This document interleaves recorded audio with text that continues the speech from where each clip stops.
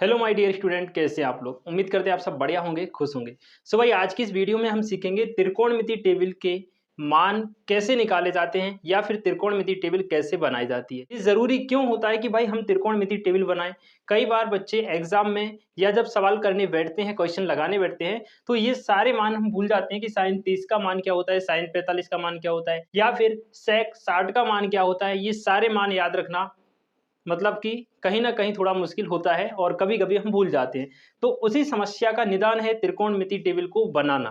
तो बनाना इसको बहुत आसान होता है, सबसे आसान तरीका मैं आपको बताने वाला हूँ। ध्यान से देखिएगा, आपको करना क्या है भाई, सबसे पहले यहाँ नंबर लिखने हैं, 0 से लेके 4 तक आपको लिखना है भाई। 0, 1, 2, 3, 4, 4 तक हमने नंबर लिखे। स्टार्ट कहाँ से करना है? 0 डिग्री के नीचे से, और 60-90 तक आपको लिख लेना है। सभी में आपको 4 से डिवाइड करना है, सभी में 4 से डिवाइड कर दो। यहाँ भी 4 का भाग, यहाँ भी 4 का भाग, यहाँ भी 4 का भाग, और सभी के ऊपर वर्गमूल लगा दो। तो ये हमने वर्गमूल यहाँ पे लगा दिया। अब देखो भाई, 0 में 4 का भाग दोगे तो क्या आएगा? 0 भी 0 ही आएगा, क्योंकि किसी भी संख्या में या किसी भी संख्या का जब हम 0 में भाग देते हैं तो 0 आता है। तो यहाँ तो भाई 0 हो जाएगा, और 0 का वर्गमूल आएगा कितना? 0। जो भी आएगा उसको आपको यहाँ लिख देना है। तो ये साइन 0 डिग्री का मान कितना आ गया भाई? 0 आ गया, पहला मान। दूसरा देखिए, 1/4, तो 1 का वर्गमूल निकालेंगे बेटा, 1 ही आएगा। 4 का वर्गमूल आ जाएगा 2। तो साइन 30 डिग्री का मान कितना निकाला हमने? 1/2। यहाँ से देखना, 2/4 इसको हल करो, √2/4।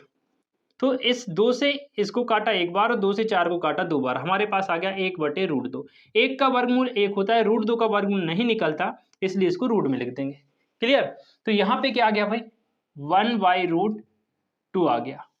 अब यहाँ देखो, साइन 60 का मान हमको निकालना है। √3 का वर्गमूल नहीं निकलता, इसलिए √3 ज्यों के त्यों रहेगा। 4 का वर्गमूल 2 होता है, तो बट्टे में 2 आ जाएगा। यहाँ देखो, 4/4 है, 4 का भाग 4 में जाएगा एक बार, √1 आएगा, और √1 का मान भी कितना होता है? 1 होता है। इसलिए साइन 90 का मान बेटा कितना हो गया? 1 हो गया। बस आपको इतना सा काम करना है, बाकी मान ऑटोमेटिक आ जाएंगे। सबसे इंपॉर्टेंट चीज है, इस पहली लाइन को समझ लेना। अब देखो कैसे आप लिखोगे। ये जो 1 है इसको उठाओ और यहाँ कॉस के 0 में लिख दो, मतलब इस तरफ से लिखते जाओ।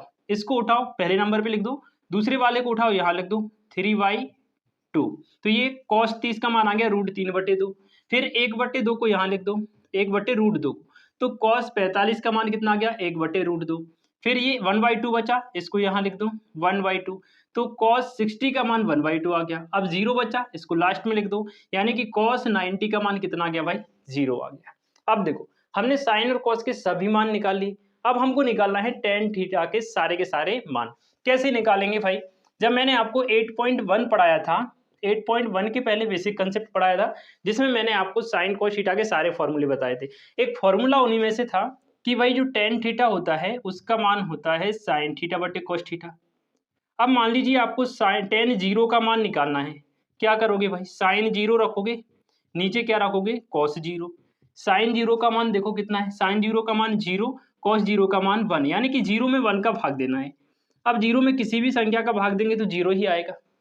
बात समझ रहे हो? 0 में किसी भी संख्या का भाग देंगे तो क्या आएगा बेटा? 0। यानी इस 0 में से 1 का भाग दिया 0। अब 1/2 में 3/2 का भाग दे दो। क्यों दे रहे हैं? क्योंकि साइन बटे कॉस बराबर tan होता है।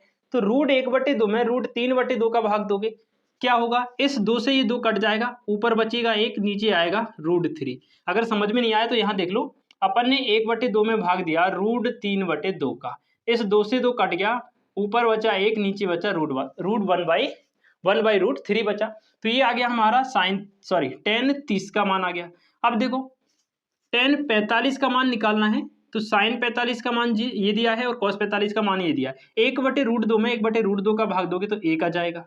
सेम कहानी यहाँ, √3/2 में 1/2 का भाग दोगे तो 2 से 2 कट जाएगा, ऊपर बचेगा √3, नीचे 1 लिखने की जरूरत नहीं रहती है।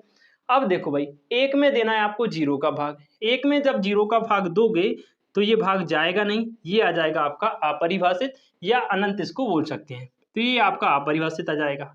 मैं उम्मीद करता हूं यहाँ तक आपको कोई दिक्कत नहीं होनी चाहिए। आगे हम देखते हैं भाई कॉसेक थीटा की वैल्यूज, जो कि बहुत आसान होती है। देखना भाई, फॉर्मूले मैंने आपको सारे पढ़ाए हुए थे। कॉसेक थीटा किसका उल्टा होता है? कॉसेक जो थीटा होता है ये होता है 1/sin थीटा के बराबर में, यही होता है। अब कोसेक थीटा साइन का उल्टा होता है, तो 0 का उल्टा क्या होगा, 1/0 हो जाएगा। 1/0 का मान आएगा भाई अनंत। अब देखो 1/2 का उल्टा 2/1 यानी कि 2 हो जाएगा। 1/√2 का उल्टा हो जाएगा बेटा √2। यहाँ देखो √3/2 का उल्टा हो जाएगा 2/√3, और 1 का उल्टा 1 ही होता है। उल्टे का मतलब उसको 1 के बटे में ले जाओ, 1 के बटे में 1 जाएगा, 1 ही आंसर आएगा। तो ये सारी वैल्यूज आ गई हमारी काय की, कोसेक थीटा की। अब हमें निकालना है सेक थीटा और कॉट थीटा। सेक थीटा किसका उल्टा होता है, कॉस का उल्टा होता है। सेक जो होता है ये कॉस का उल्टा होता है, तो 1 का उल्टा 1 हो जाएगा। √3/2 का हो जाएगा 2/√3। 1/√2 का हो जाएगा √2/1। या 1 लिखने की जरूरत नहीं रहती नीचे, तो सिर्फ √2 लिख देंगे बेटा, ठीक है। यहाँ 1/2 का हो जाएगा 2, और 0 है तो 0 का उल्टा हो जाएगा अनंत। क्लियर हुआ।